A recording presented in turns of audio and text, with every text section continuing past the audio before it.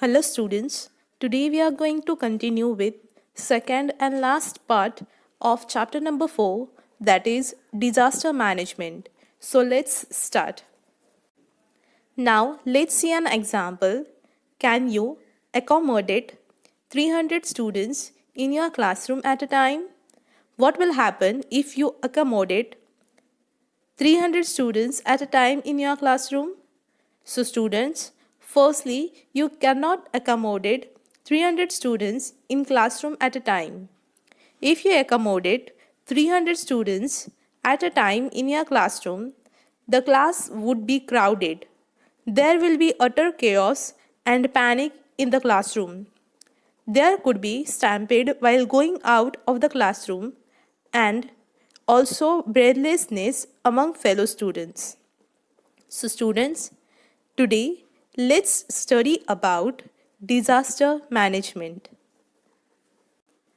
Community participation and disaster management are closely related.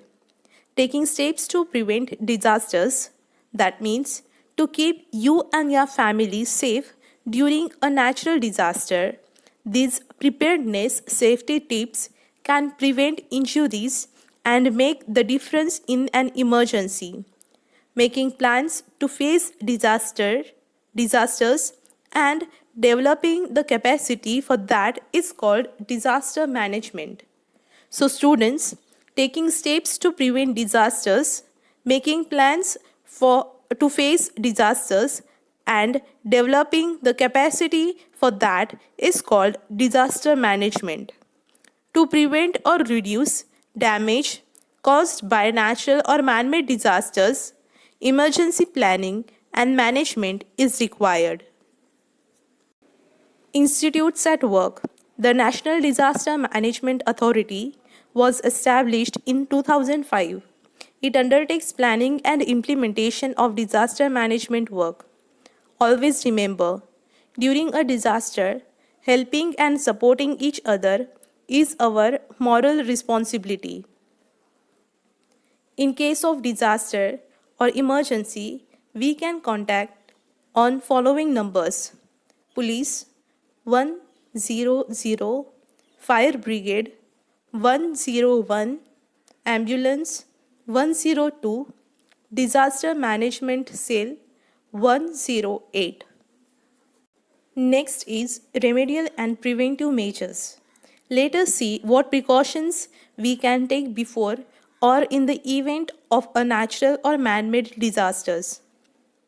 First one is keep watching TV and radio news and bulletins. Second one is use battery operated radios and mobiles. Third one is heed the warnings issued by the Meteorological Department carefully. The Indian Meteorological Department is an agency of the Ministry of Earth Science of the Government of India. It is the principal agency responsible for meteorological observations and weather forecasting. Fourth one is use the website www.ind.gov.in. Fifth one is landslide occur in hilly areas due to a cloudburst or heavy rains. On such occasions, do not take shelter at the foot of a hill. Sixth one is during floods, do not linger in houses or areas on river banks. Seek shelter in other safe places. Move to safer places at a greater height. Do not step into the water currents or drive a vehicle into them. Seventh one is during an earthquake, roads split open. The ground cracks, railway tracks get uprooted. Hence, when moving from one place to another, ensures that the road is safe for further on. Eighth one is take shelter in relief camps as they provide medicines, food packets, drinking water, first aid, etc. And last one is to get protection from fire. Use fire extinguishers in public places like schools, hospitals, railway stations, etc. Next is first aid. In day to day life, sometimes we have to face disasters or accidents of varying proportions. On such occasions, it is necessary to give some immediate aid even before medical treatment becomes available, and it is called as first aid.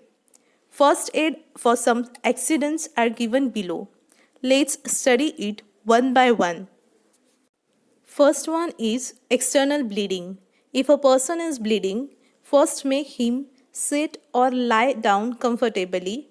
Keep the bleeding part of the body above the level of the heart and clean it with water. Second one is burns and scalds. In this, first we will see first aid for minor burns. The injured part should be washed with water or held under water. Give the victim water to drink. Clean the wound using a cotton swab soaked in an antiseptic solution like Dettol antiseptic. Do not apply oily ointments. Cover wounds using dry dressings. Next is serious burns. Give emotional support to the victim. Cover wounds with sterilized cloth. Remove jewelry, shoes, etc. if easily possible. Do not touch or burst the blisters on the skin. Do not apply oily ointment. Do not try to remove the cloth if it is stuck to the burnt skin. If the patient is conscious, give water to drink, but avoid tea or coffee or other stimulating drinks. Get medical aid at once. Third one is sunstroke. When we work in the sun continuously for a long time, the body loses a lot of water and minerals.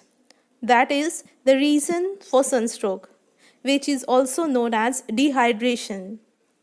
Remedial measures for sunstroke are as follows. Take the patient to a cool place or in the shade.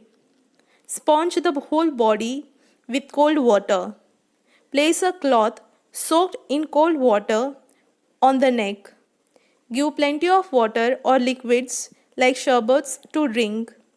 If the patient feels like vomiting, make him lie prone, that is, on his/her abdomen, with the head turned to one side.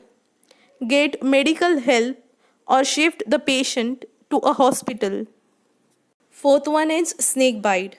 There are nearly 2000 species of snakes.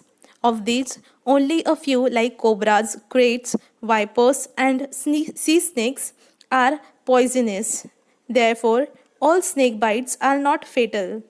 However, fear causes severe psychological shock which can result in death. If you come across a snake, contact a Sarpamitra rather than killing the snake at once. Remedial measures for snake bite are as follows. Wash the wound with water. Give emotional support to the patient. Tie a cloth tightly above the wound. Get immediate medical help.